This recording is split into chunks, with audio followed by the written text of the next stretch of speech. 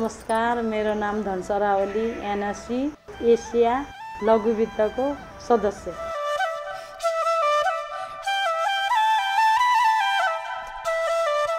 संस्था भन्ने कुरा पनि मलाई थाहै थिएन।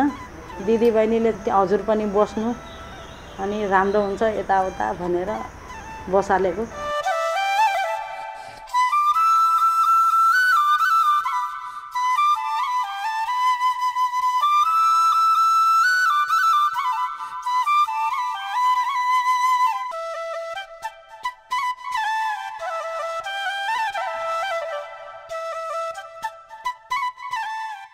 अगाडिको हामी इन्डियाकै भन्नु पर्यो नि त, इन्डियै थियौँ त्योभन्दा पहिला होइन। इन्डियै थियौँ। इन्डियामा पनि हामीले सानो सानो काम बहुत गरेको छोरालाई पनि थाहा छ। सानो अनि राखी बनाउने, थैला सिलाउने हामी मसिन थियो मेरो। खास गरिन हामीले अर्काको काम गरेको छैनौँ, आफ्नै मजुरी गरेछौँ। छोराछोरीले पनि छोरीले पनि बाबुले त्यति नोकरी गर्ने हो, सामान घर ल्याइदिने हो, सिलाइ कटाइ गरेको हामीले। अब अरू पढेकोले बोर्डमा लेख्ने मैले दोहोरेर यो आफ्नो कपडा आफै सिलाएको। त्यहाँबाट छोरीले सिकिन्, एउटीले पार्लर सिकिन्, बाबुले अगरबत्तीको सिक्यो छ त्यो भयो। बाबुले गाडी चलाउने, अर्काको घरमा बस्न पर्थ्यो, हाम्रो घर थिएन त्यतिखेर।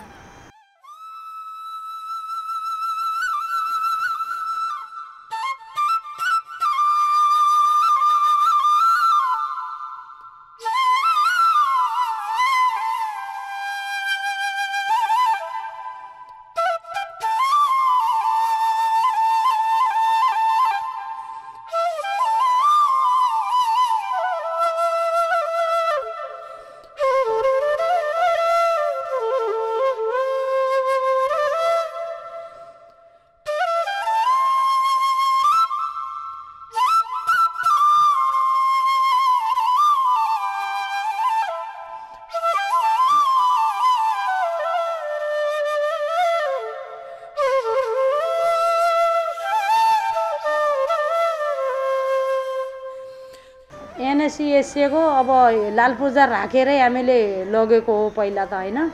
त्यो बाबुले अगरबत्तीमै हामीले चलायौँ। अनि पछि त्यो भ्याएपछि 5 लाख पनि लगेकै हो। लगेर मैले 2-3 वर्षमै फाइनल गरेको हो। एनएससीबाट 3-4 चोटि लगिसक्यौँ हामीले। मलाई त सजिलै भएछ। अरूले जे भने पनि अरूले के भन्छन् मलाई थाहा छैन। मलाई त सजिलै छ। म हर काम पढ्यो भने पैसाको केही काम पढ्यो भने अरूसँग माग्न जान्दिनँ। म संस्थासँग त गरेर ल्याउँछु। मलाई नाइ पनि कोहीले भन्दैन।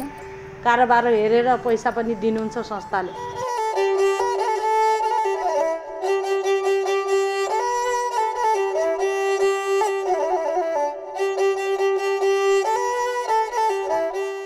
हामीले 4 चोटि खाएर 4 चोटि तिरिसक्यौँ। हामीलाई पैसा चाहिन्छ। हाम्रो कारोबार ठुलो छ। हामीलाई पैसा हामीलाई नाइ पनि भन्दैनन् होइन। अब खाएर कोहीले कतै जान्छन्, कहिले कतै मासु खान छोडिसकेँ मैले। मासु खाएपछि ऋण लाग्छ भनेर उदाहरण दिएर यो मिटिङ सिटिङ हुन्छ नि। अब यो लघु वित्त हो। मलाई मासु खाने पनि मलाई दुख्छ यार, चोट लाग्छ।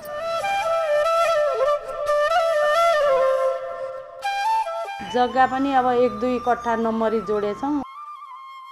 ठुली छोरीले पनि बुट्टीको गर्छिन्, पसल गर्छिन्, राम्रै छ। सानी छोरीले पार्लर, छोराले त्यो। छोराछोरीमा मेरो दुःख पनि छैन, राम्रो छ।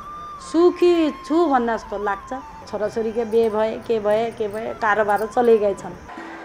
यो पल्भराइजर मेसिन हो। यो अगरबत्तीको लागि र मेटेरियल बनाउनले फर्स्ट स्टेप हो। यसमा के हुन्छ, योबाट पिसेर मसाला मसिनो हुन्छ। यसमा यहाँबाट पाउडर हाल्ने हो, यहाँबाट पिसेर यहाँ आउँछ। यो माथिको 3टा बलुनमा यसको एयर जो एक्स्ट्रा हुन्छ, किनकि यहाँ पिस्दाखेरि एयर पनि जान्छ सँगसँगै। एयर पनि गयो भने यहाँ मसाला निस्किन्छ। अनि माथिको एयर चाहिँ सबै यो 3टाबाट पास हुन्छ। अगरबत्ती बन्नुभन्दा अगाडि त्यसमा मेटेरियल फरक लाग्छ। एउटा त्यो अघिनको सडस पाउडर मैले देखाइसकेँ। यो अर्को पाउडर हो चारकोल पाउडर। चारकोल पाउडर, कुपम पाउडर, जोस पाउडर अनि गम पाउडर, 5वटा पाउडर मिक्स भएर चाहिँ अगरबत्ती बन्छ। अरू स्टेप माथि।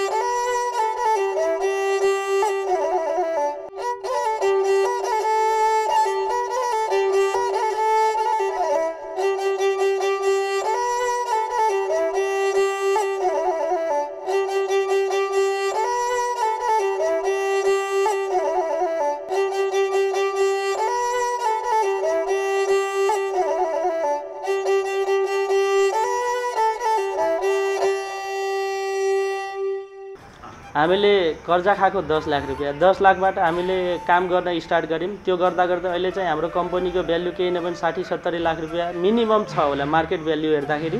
प्रफिट त मैले कहिले पनि छुट्याएन। मैले छुट्याएको भनेको आफ्नो तलब हो। अहिले मैले 3 जनाको तलब खान्छु। एकाउन्टेन्टको तलब मैले खान्छु किनकि सबै कामहरू मैले नै हेर्छु एकाउन्टको। मार्केटिङको तलब मैले खान्छु, मेन्टेनेन्सको तलब मैले खान्छु। त्यो 3 जनाको तलब चाहिँ मैले खाइरहेको छु। अब कम्पनी ठुलो भयो भने आफ्नो इन्क्रिमेन्ट हुन्छ, तलब बढ्छ। प्रफिट कति हुन्छ त्यो त अब एक्ज्याक्ट त भन्न सकिन्न। तर जे छ राम्रै भइरहेछ, तलब खाइरहेको छु, मान्छेहरूलाई तलब दिइरहेको छु, भाडा तिरिरहेको छु, बत्ती बिल तिरिरहेको छु, सबै गरेर अहिले चाहिँ 60-70 लाख रुपियाँको मार्केट भ्यालु छ हाम्रो।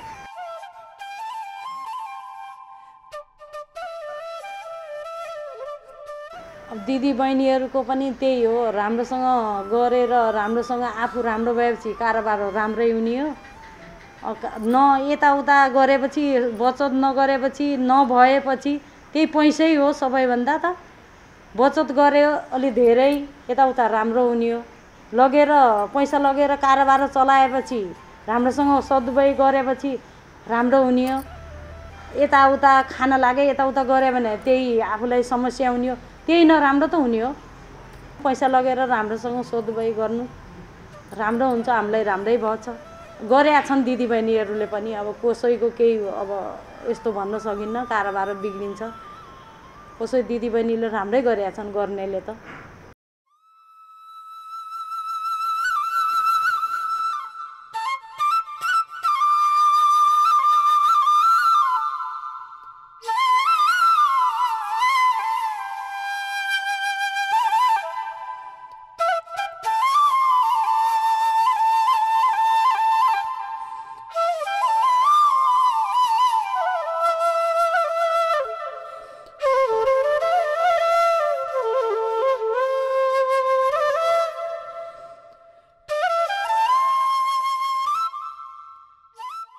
एनआइसी एसियाले सबै अहिले त धेरै राम्रो गर्नुभएको छ। मैले देखेको हाम्रो उतातिर फार्महरू पनि खुलेछ, त्यसमा पनि एनआइसी एसियाको लगानी छ।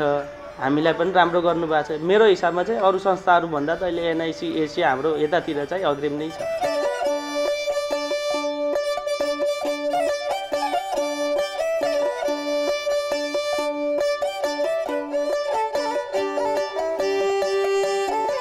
बन्द गर्नेलाई त म त्यही भन्छु, तिमीहरू बन्द हो, संस्था किन बन्द हुने, राम्रो गरिरहेछ, सबैलाई राम्रो भइरहेछ, हामीलाई राम्रो भएछ। मैले देखेको धेरैजनालाई राम्रो भएछ। अब कसैलाई नराम्रो भएछ त्यो तिनीहरूको फल्ट हो। अब आफूमा गल्ती छ भने चाहिँ त्यो संस्था बन्द गर्ने कुरा त भएन नि। जसको गल्ती छ त्यसैले भोग्छ। हामीले गरेको हामीलाई राम्रै भएछ, तिमीहरू राम्रो गर, तिमीहरूलाई राम्रै हुन्छ। त्यही हो मेरो पनि।